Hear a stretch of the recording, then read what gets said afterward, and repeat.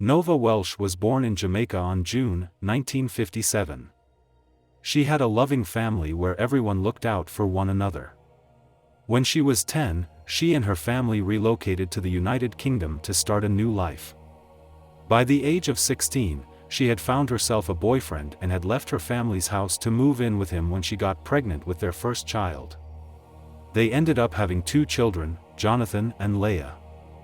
They lived in a 3-story apartment in Lighthorn Avenue in Ladywood, Birmingham. Osmond Bell, Nova's boyfriend and the father of her children, was a violent person, and more often than not, they both get into arguments. Those close to Nova were aware of the toxic relationship between her and Osmond Bell. Nova had once told her sister, Valerie Welsh, that Osmond had hit her occasionally, and their neighbors who lived just below their flat said the couple would always get into arguments while raising their voices.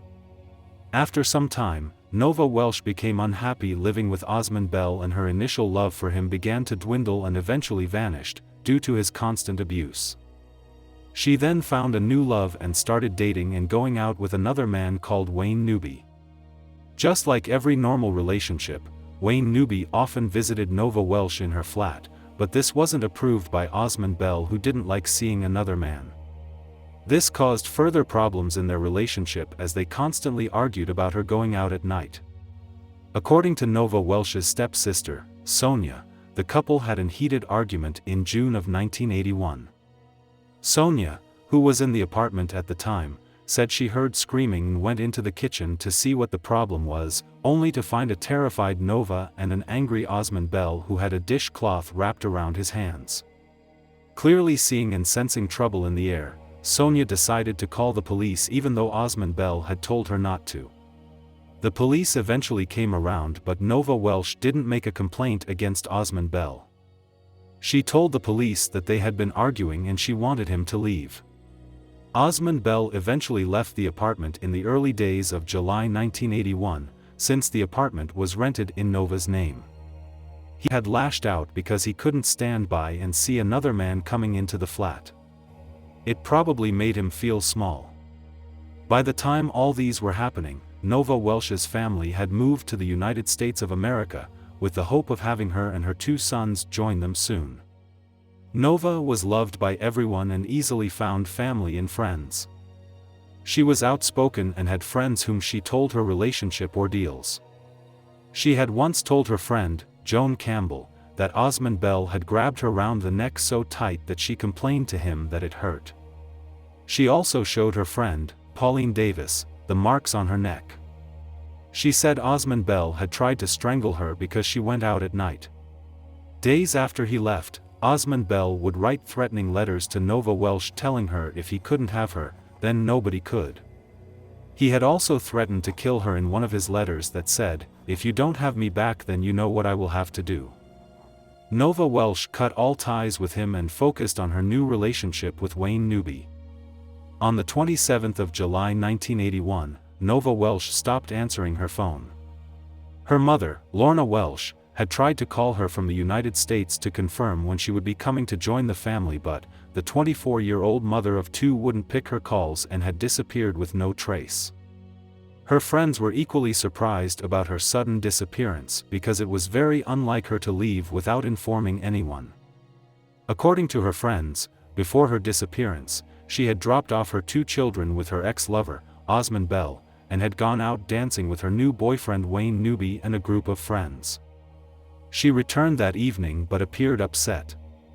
Neighbors said that they had heard crying and fighting coming from Nova's apartment on the day she disappeared. They felt it was a usual occurrence as her ex-lover was known to be violent and abusive. Weeks went by without a word from Nova. Her mother became even more distressed that she couldn't get a hold of her daughter. Nova Welsh didn't show up at her job where she worked as a part-time cleaner. Her disappearance was getting worrisome to everybody around her. So, 2 weeks later, on August 9, 1981, Lorna Edmond, her best friend, reported her missing to the police. The police then came into her apartment to search for clues that could have led to her disappearance. While they were investigating her case, Osmond Bell was interviewed by the police. He knew she was missing but never reported it to the police, claiming that he thought she had ran away with her new boyfriend or visited her family in the United States. His explanation seemed logical enough, and without evidence, the police were forced to release him. The search for Nova continued. On August 12, 1981, Nova's friend, Lorna Edmond, received an anonymous letter saying that the author's boyfriend had seen Nova and the same guy she had been out with night before grabbed her and hit her. The writer was implying that Wayne Newby had something to do with Nova Welsh's disappearance. The police investigated the letter and still had no clue on what had happened to Nova Welsh. The forensics determined the letter to be truly written by a female. The police, who had interviewed Wayne Newby before, called him in for another round of interrogation. He still maintained that he had nothing to do with Nova Welsh's disappearance. On August 18, 1981, there was a shocking discovery made in the flat where Nova Welsh lived. Neighbors reported an awful smell coming from somewhere in Nova's apartment. When the maintenance team came around to search the apartment, a strong smell pulled them towards the stairs. Just beneath it, they discovered a utility cupboard, and in it lies Nova's decomposed body, covered in a blanket and newspapers. Nova Welsh, whom the police and the public had been looking for, was in her apartment, dead and rotting away. According to her autopsy results, Nova had suffered from a broken neck which led to her death. Her death came as a shock to everyone in her community. Her family in Miami was informed about the discovery, and they were so sad and heartbroken. In a bid to find the perpetrator of this evil act, the police started their investigation. The first suspect that came to mind was Osmond Bell. He was then arrested and held in custody for 4 days while the police did their initial investigation. The issue of the letter Lorna Edmond had received was brought up, and the police asked Osmond Bell if he knew anything about the author of the letter. He, however, denied it. Due to lack of sufficient evidence to link Osmond Bell to the killing, they were forced to release him again. The police did all they could to find Nova Welsh's murderer, but all efforts was in vain. After a while, the case went cold for 35 years. In 2016, when there was a significant advancement in DNA technology, detectives from the cold case department were going through cold cases. They became particularly focused and hopeful in Nova Welsh's case. Her file contained a piece of chewing gum that was used to close secure the cupboard door of where her body had been found, and also, there was the letter that had been sent to Lorna Edmond. Having taken the evidence to a crime lab, they found out that the DNA on the chewing gum is the same as the DNA on the seal of the letter. After that, they got a court order to secure DNA from the initial suspects in 1981. Osmond Bell's DNA was taken and compared with that of the chewing gum and letter. Fortunately, there was a match. He was then arrested and had his trial started in February of 2017. At the court, witnesses took their stand, citing his abusive nature and the letters he had written to Nova Welsh threatening to kill her if she left him. Nova Welsh's neighbors, Carmen and Wendell Turner, who lived in the flat below, had heard what appeared to be the cupboard door being forcibly shut on the night Nova Welsh disappeared on July 26, 1981. At around 12:30 a.m. in the early hours of the next day, Carmen and Wendell Turner heard 2 bangs. They said the second bang sounded like somebody was kicking the door. Carmen said the noise could have come from the cupboard. The prosecution of the case argued that despite finding out that Nova Welsh was missing, Osmond Bell never reported to the police because he is the killer. He further mentioned that the letter and the seal of the envelope was taken for testing for DNA and it matched with that of Osmond Bell. The prosecution said he sealed the envelope to divert suspicion onto Wayne Newby, which it did at the time. However, Osmond Bell had a different opinion to that, saying his DNA must have appeared on the letter when he touched it while being subjected to a dark and terrible interrogation in the days after Nova Welsh's body was found. He claimed that during a break in police interviews, he was left alone in the room where he had been allowed to touch and read the letter.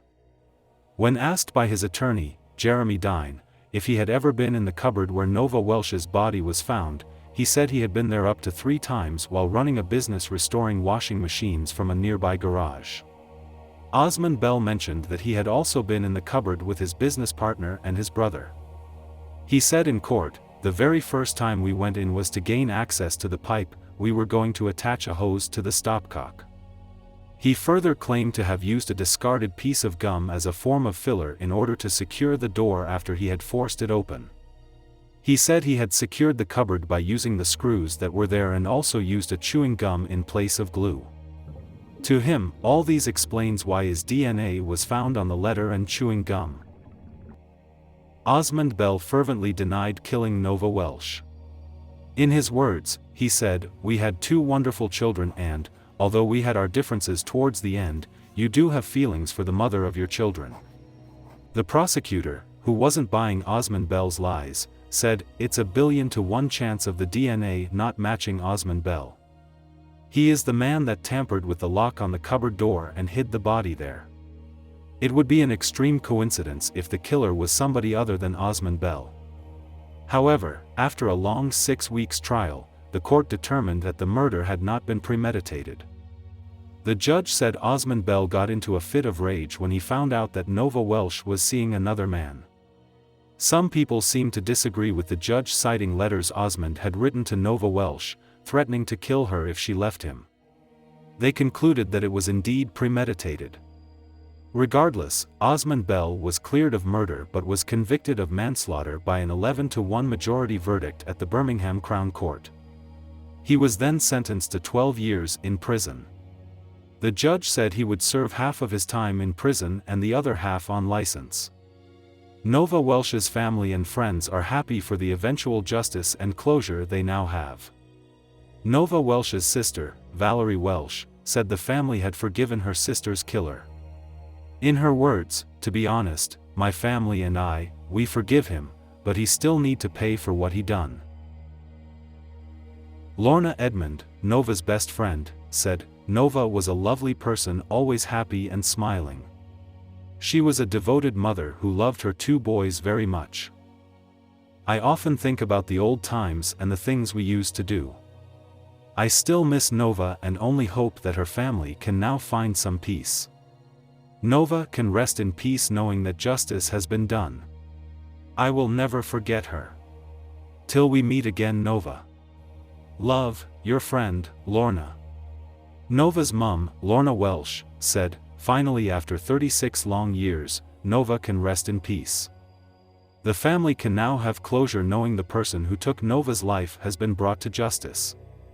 I would sincerely like to thank everyone involved in bringing this case to court."